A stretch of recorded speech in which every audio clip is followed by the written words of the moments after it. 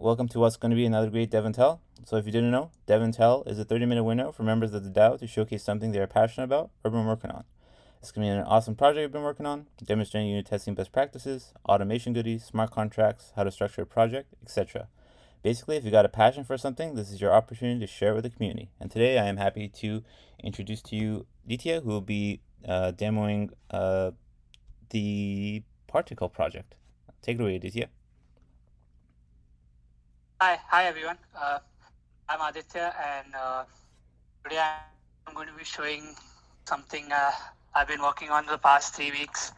So this is like a project I started with it in the ETH Online Hackathon, and yeah, I'm pretty excited to show you all. So I'll share my screen.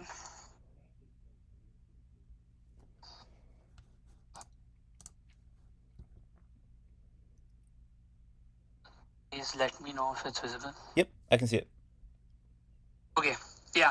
So actually, my project is actually SurfDB, not Particle. I mean, it was called Particle before, but then I had to pivot. And Gotcha. it's called SurfDB now. And SurfDB is basically a database made for dApps. So the problems which we are trying to solve is like currently the decentralized databases like Ceramic, IPFS, Rweave, and Filecoin, etc. Like they cannot be used as a database for dApps. So as a database, I mean like as to store app data like we do usually in MongoDB and SQL. So that's why like developers usually are using like Web2 databases like MongoDB and SQL, which is not really Web3 native. We can't have Web3 features. And another problem is that if we are using these Web2 databases, we can't really store files on them. So usually we use IPFS to store files. And IPFS again, then there's this problem of which provider to use. So like Infura, it charges like $60 for 100 GB, and free solutions like Web3 storage by IPFS only, it's extremely slow because it's like there are a lot of people using the same API, same gateway, which makes it extremely slow. And another issue is that some of these databases, they don't have smart contract access control conditions. So what I mean by this is that ability to have a read-write access condition based on some on-chain sort of condition. So like, for example, an on-chain condition could be like a Gnosis safe owner. So something like that. And some of these databases like Tableland and Rweave, we have to pay for actually transactions. So which is like, if you want to write some data, you need to pay, which is not really ideal your user experience. Then the decentralized databases, yeah, the performance is obviously you have to sacrifice on performance to get the decentralization, and yeah, that's also one issue. Next is that since like if apps are using these centralized databases, then it creates these silos where like you like this I can explain with this picture here. So in the example of DAO tools, so each DAO tool will be using their own sort of centralized database, and DAOs using multiple DAO tools now have like separate data on these DAO tools, and there's no way to port data from this to that because it's the sort of the app owns the data since it's centralized. So this is what I wanted to solve with SurfDB. So it's basically a decentralized database built on top of Ceramic and cached using Redis for like fast response times. You can have a contract level access control condition. So as I said, like you can have a condition such that only the owners of a Gnosis safe can write and update data, or owners of an NFT can write and update data, or even just your address. This also can be decentralized by hosting multiple nodes. You can get real-time updates. So on if you're creating data or updating data, you can subscribe to an event and you can get the updates. And you can even have your own dedicated IPFS and Ceramic node and use that for file uploads instead of relying on other IPFS providers. you can have private and encrypted data. Since it's stored on Ceramic, which is a decentralized database, it's open, like the data is open, anyone can read it. So to avoid that, you can even encrypt it. So it's like no one can know. Then the main thing is that you can eliminate like the data islands, which we saw here, these data islands, by instead of creating your own like data from scratch, you can fork an existing node. So what I mean by this is that if, let's say, there's an existing app using SurfDB and it has some data regarding whatever it's doing, let's say Gitcoin is using SurfDB and it has these grants data, and you want to build your own grants app, what you can do is you can fork the Gitcoin's node, and you can easily just create your own front end on their sort of data. And the good part is that any new data being created on the original node, the Gitcoin node, it will automatically be synced to the every other node. So, and like vice versa. So even the Gitcoin app would benefit if other nodes are getting new users.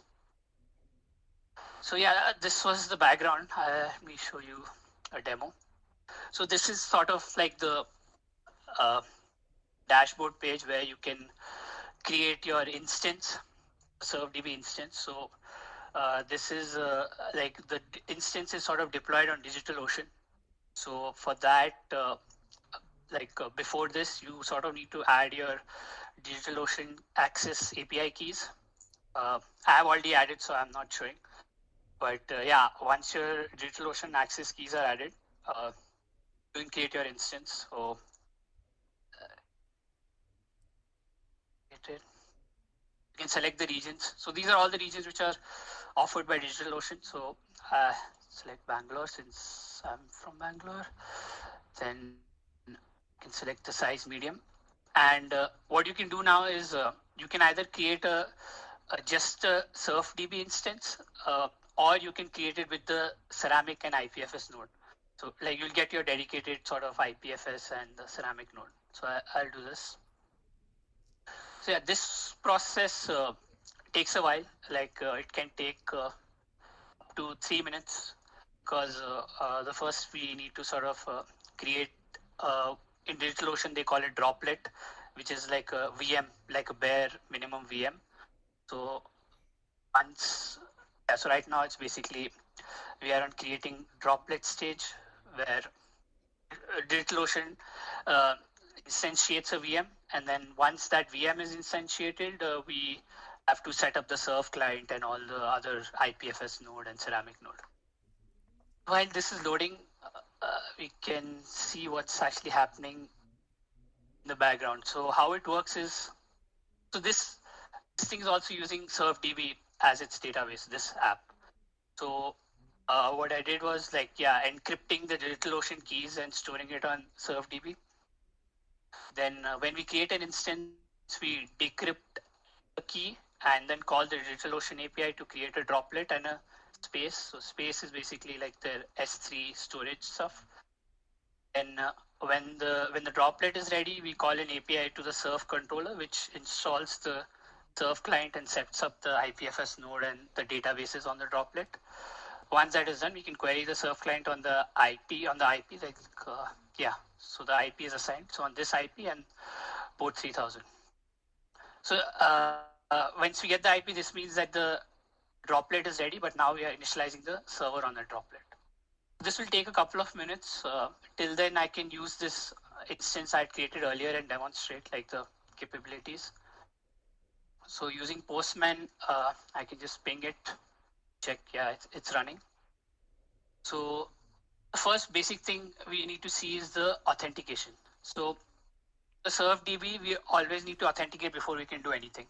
This is slightly different from traditional databases. We need to authenticate the sign in with Ethereum sort of format.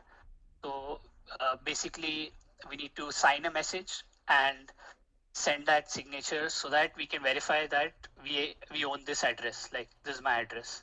So without signing in, without authenticating SurfDB, we can't do any creation, or we can read, but we can't create an update, because every create and update is checked if that address is allowed to do it. Every operation is and based on your wallet's address. This is where this on-chain sort of conditions can come into play. I've already logged in. I've just copied like the signature from the client, and since you can't use Postman to sign messages, so I've just copied this and I've logged in. So what we can do is, yeah, let's see how we can create some data. So if you see the API here, it's 3000 slash data slash page. Page is, this is like the schema name, so you can create whatever schema name you want. So in this case, I have page schema name, and then here uh, in the data you can give any JSON data, and entity address is basically which address has the access to this data. So right now I'm just giving my own address, so only my address can update this data after it's created. And so in this address you can give contract addresses, NFT token addresses, anything. So here like just some random data, and I can end the request. Yeah, it has created it, and you can see like we get this stream ID, which is sort of the ceramic stream ID. And if we get call on this, we'll get all the rows created on the schema. So yeah, these were the rows which I created earlier. This was the row which we just created, and this is all like some of it is stored on cache, so we get it like very quickly. Just in 180 milliseconds, we got like all the rows. And the next thing was the file upload. So you see here, I'll upload a file. So if we do a post call to the 3000 and slash file, it's like uploaded instantly almost. If you use like public IPFS providers, it'll take at least like a couple of seconds. So we got this hash. We can copy it and see. So the IPFS gateway will basically be your IP. It'll be on port 8080. So we'll go there. IPFS 8080. Yeah, like instantly we got the image. And using like Web3 storage and stuff, it sometimes even takes like a few seconds to load the image itself.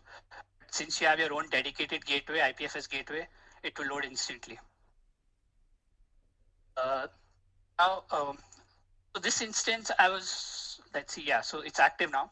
So this basically we have deployed it, but you can even create locally. So you can go for that. We have created these docs where you can sort of set it up locally. And it's very easy. So first you just need to install the binary, and I've already installed, so I won't go through that.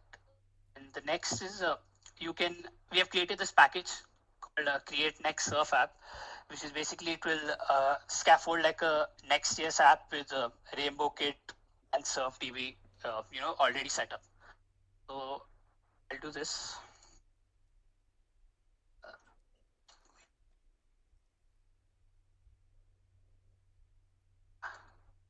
Here I can do npx create app, call it demo test one. Yeah, this will, as I said, like create the Next.js app, and it would already have all the necessary configurations required to interact with Surf. So it's like just one command, you have it ready. Like once your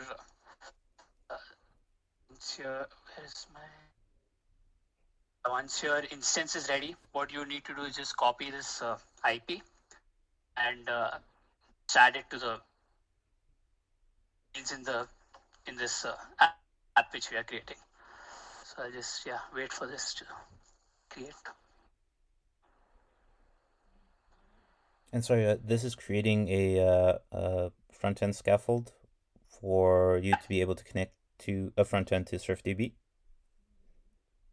Yeah, it's a Next.js app. Gotcha. Yeah, so it's let's go to that.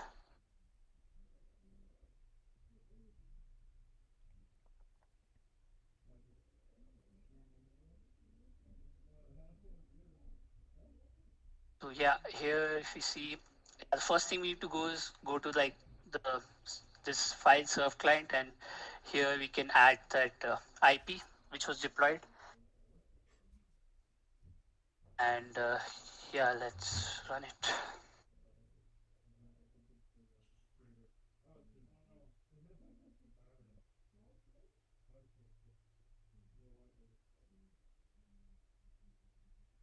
Yeah, this is sort of like the default page, and get started by connecting a wallet. This authentication, it's all like the surf client. So authentication using Rainbow. It's not that we are authenticating just like the front end. It's actually being authenticated to the surf. Now we can create or get data. So I'll just need the console for that. So let's click on create data. We've got this. We just created some random data like hard coded. So we can even like see stream ID on scan. This is like the scan for ceramic.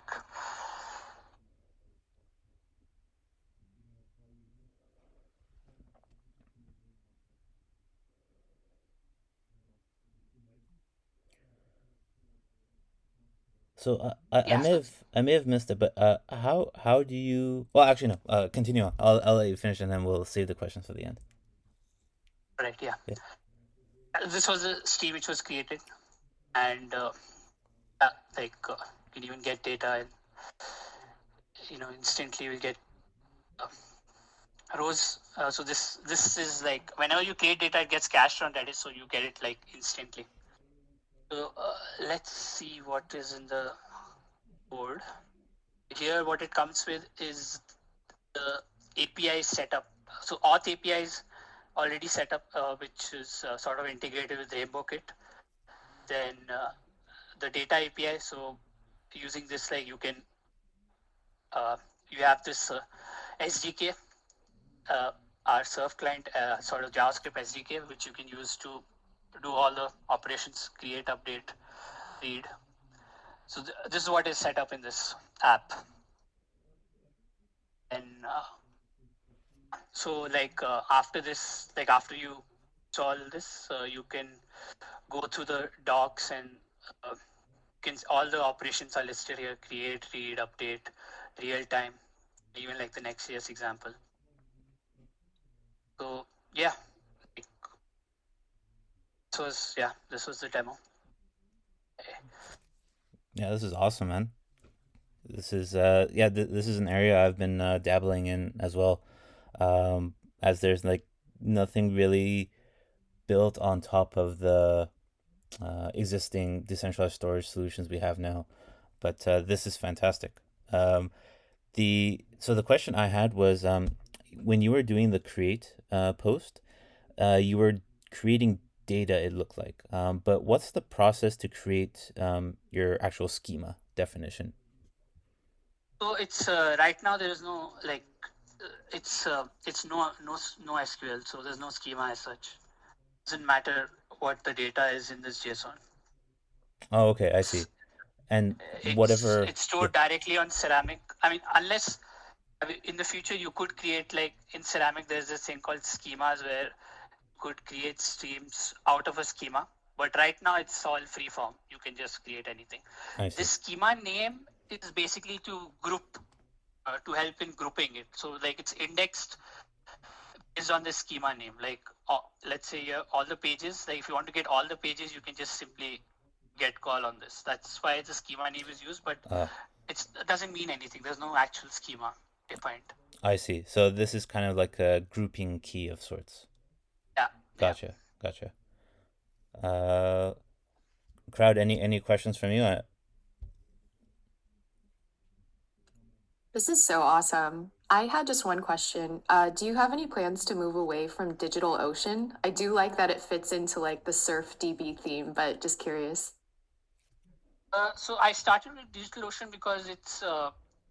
I first of all wanted to avoid AWS because I personally find it very complicated, and also reading feedback from others, it seems it's very difficult to maintain, and sort of keep track of the bills and stuff. And that's why I went with DigitalOcean. It's like extremely simple, even from like a developer side.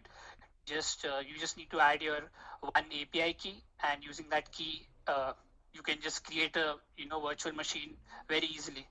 So that's why I started with DigitalOcean. But yeah, like if I mean if developers want, we can easily like support scale it to other providers like Google Cloud, AWS.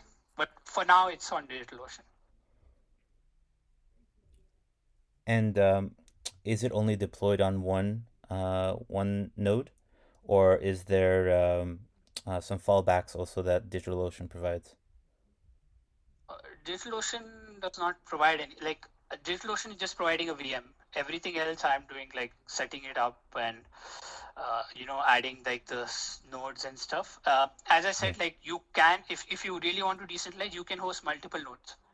You have to do it. Like it's gotcha. on this on the app you can create multiple nodes if you want, and in each node in different regions, and you have to then decide like how to sort of direct the traffic between the nodes.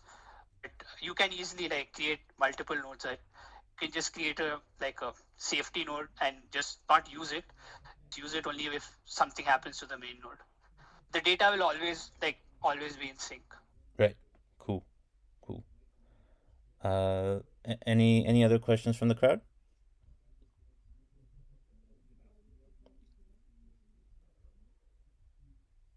If not, I do have a few more. uh, I guess what inspired you to create SurfDB?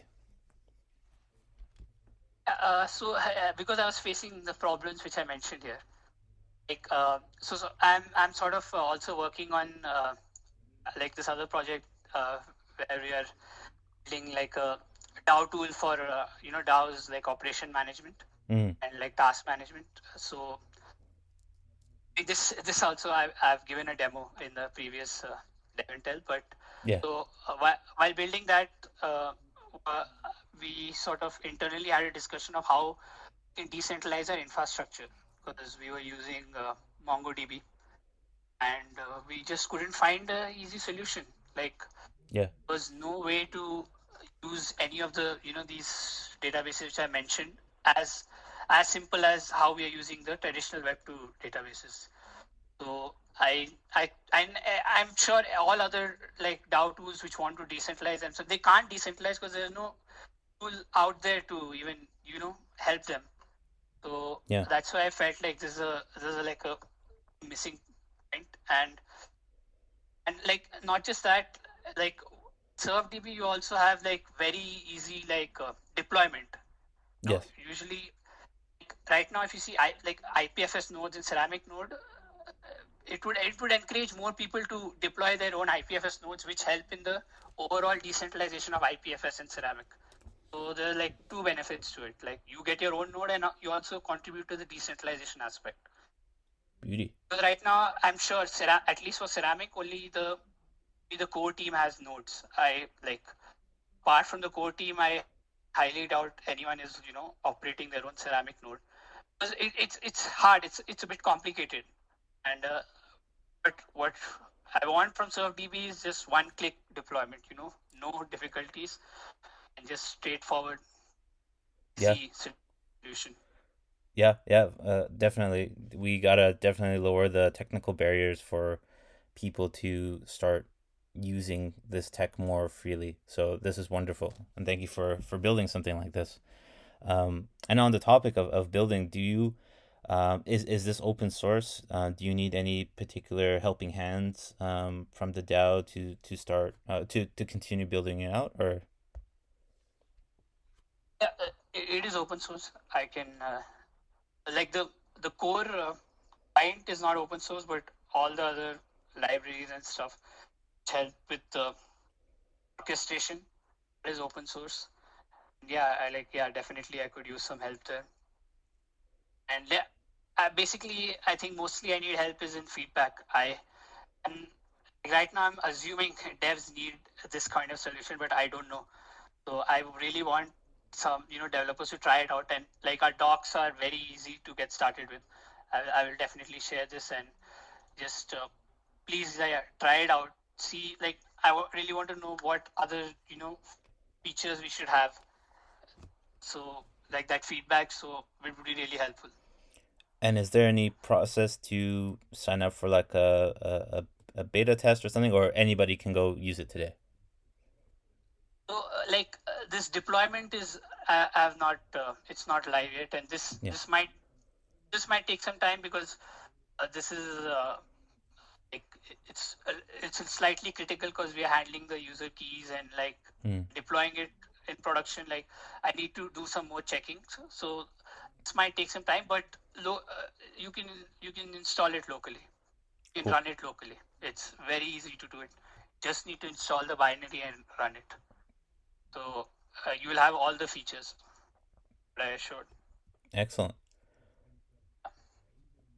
We only have a few minutes left. Are there any questions from the crowd?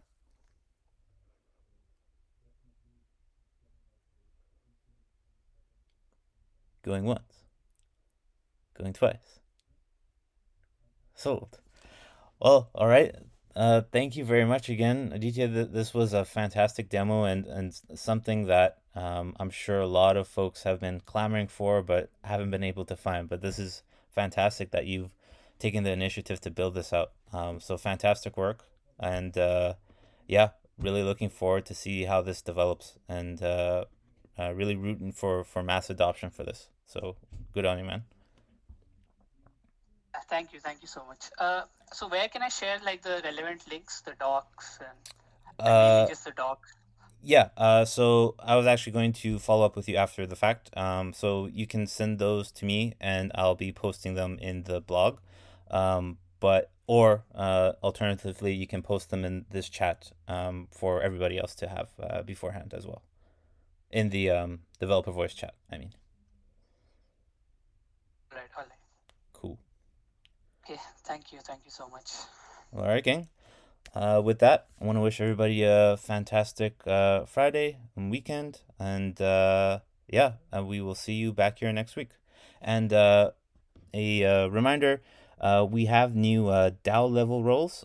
So if you want to get notified for things like DevNTell, workshops, and whatnot, you want to head over to the DAO level channel right at the top of the server and click the corresponding roles. Thank you, Kempster.